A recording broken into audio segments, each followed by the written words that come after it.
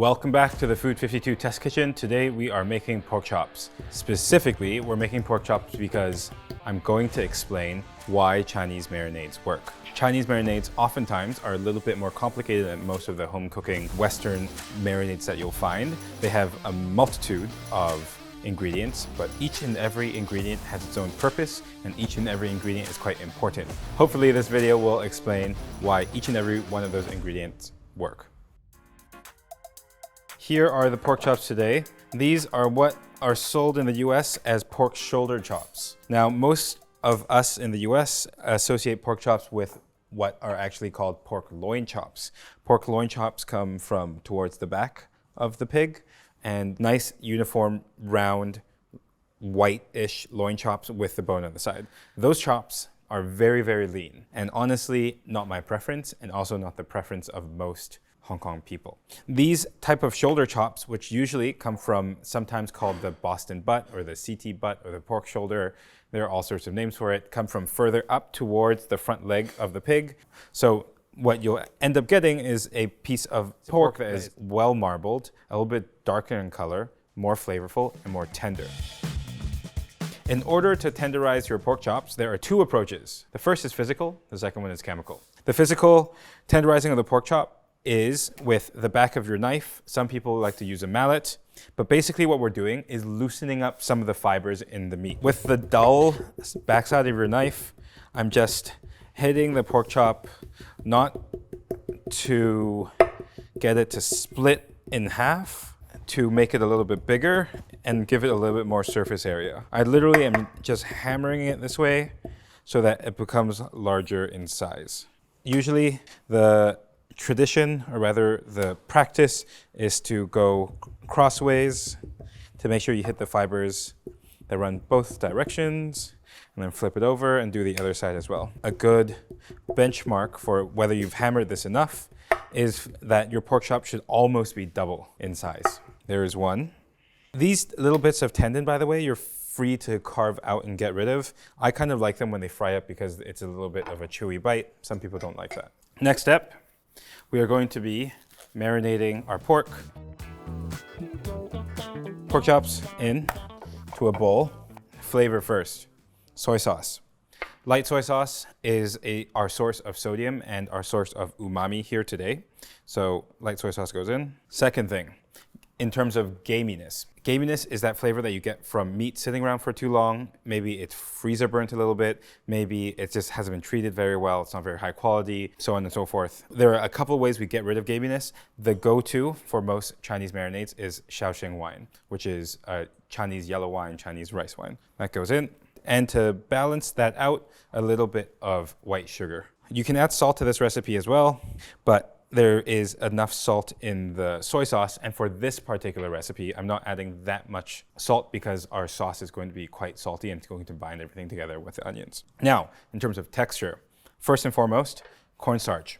Cornstarch does two things. Number one, it creates a little bit of a thin coating around our meat so that when we sear it at high heat, it actually protects the meat a little bit. Second of all, that cornstarch will also help bind some of the liquid in our marinade to the meat itself so that you basically form a little bit of a slurry. Now, a little bit of oil. This oil will help your pork chop slide around a little bit, and it'll just help the pork chop prevent it from sticking to each other before it hits the pan. And then last thing is the baking soda. So now is when we talk about the chemical tenderization of meat. Baking soda these days, given how easy it is to get in households, is the easiest and most direct way to season and tenderize your pork. Now, baking soda, unfortunately, has a little bit of that alkaline, high pH, almost bitter, astringent, nasty taste. Once you taste baking soda alone, or you taste it when people have used too much of it, you'll taste it everywhere. It's important that whenever you use baking soda, that number one, you don't use too much. Number two, that it's maybe covered up with a sauce. If you're trying to tenderize a pork chop and just sear it off as is without a sauce on top of it, I wouldn't use baking soda. An alternative that is made from fruit that I've started using recently, because I've picked this up from a Malaysian chef, is actually papaya. A lot of Southeast Asian countries like to use papaya, especially green papaya. This is orange papaya, we'll explain it later. But a lot of Southeast Asian countries like to use papaya or fruits like papaya, such as kiwi, for tenderizing their meat. there are enzymes in these fruits. In papaya specifically, it's papain. Somebody fact check me on the pronunciation, P-A-P-A-I-N. I believe it's papain or papain. But papain, you can buy it as a powder as well. The enzyme in the papain is the enzyme in papaya that will help tenderize your meat. It'll help break open those fibers at a smaller level than us hammering it with the back of a cleaver. Downsides of the papaya is that papaya is a little bit sweet and it's got a little bit of fruitiness, so you don't want those flavors, they're not going to work. But today we're going to be using baking soda, not too much of it, so just carefully, just a little bit, sprinkle it over the surface of the pork. Once all of your ingredients are in your marinade, we squeeze and massage that meat quite well. There is an allergy to really massaging or over-handling your meat in fear of changing its texture, but what we're doing here in this context is actually deliberately trying to change its texture. So therefore, massaging it, we're trying to get all of those ingredients evenly coated, but we're trying to work all of that flavor and that chemical change into the pork itself. Just squeeze it in, make sure it's nice and evenly distributed, and we're going to put this in the fridge to marinate for at least 30 minutes. Overnight is good as well. And a little note on that overnight marinade is my dad used to marinate all of the meat for most of the week's cooking on Sunday nights so that whenever we came home from school, we could cook ourselves dinner with meat that was already marinated. The next step is to get everything else ready for our pork chop dish, pork chop with onions. Onions. So these are yellow onions. This dish in Cantonese is called yeung chong ju pa. Yeung chong is Western onion, ju pa is pork chop. It's a classic combination in a lot of our daily restaurants, our diners. These types of restaurants are called chaan teng. Chaan teng are my favorite type of restaurants in the world. I grew up on them, and what they serve is Hong Kong style Western food. So it's a Hong Kong interpretation of European food as by way of British colonization.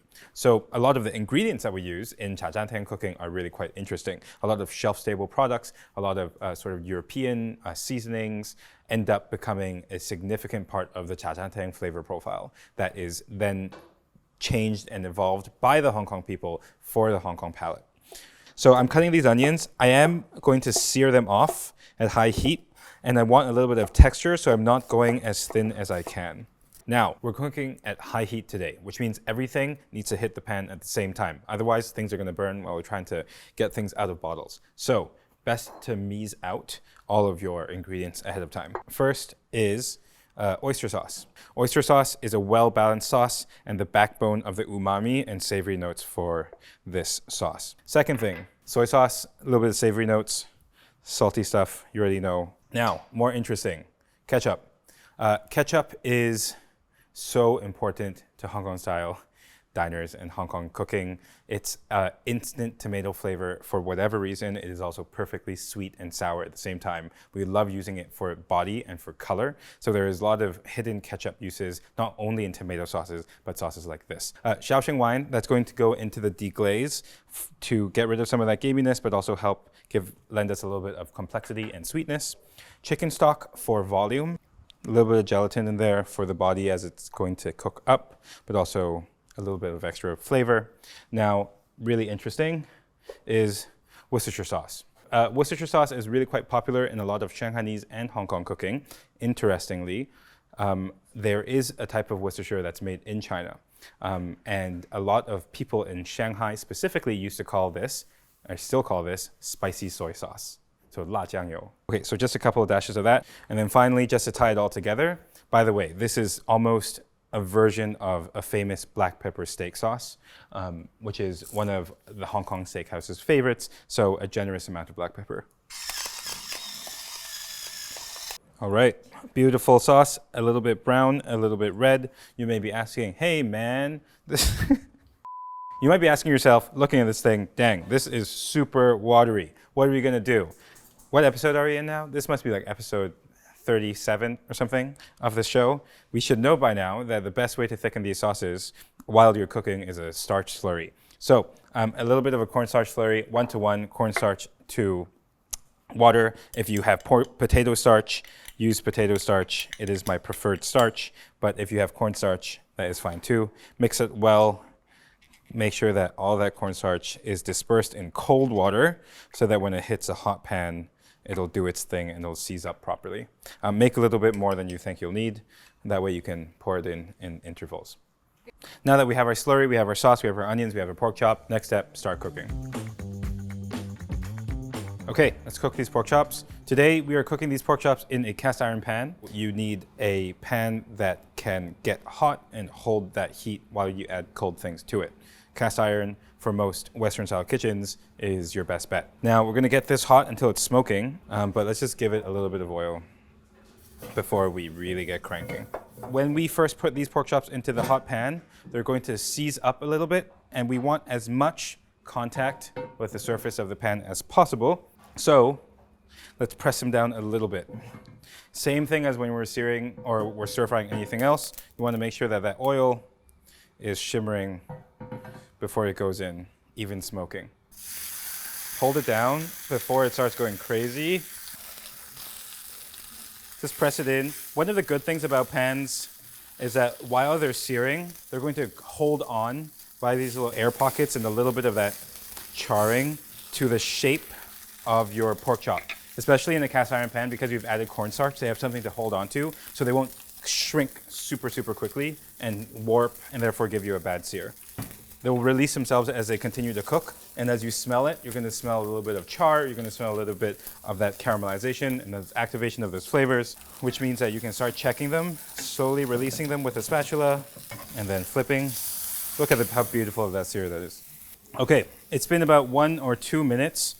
Because of how thin these pork chops are, they're almost done. What I'm looking for is an even, nice brown sear on both sides, and I'm actually looking for a medium well, if not a well-done cook. Here's one, nice and tender. I will say, some people consider this type of tenderness artificial because of the baking soda and the tenderizing agent. In the sense, it is artificial because a human was involved in the tenderizing of the pork chop.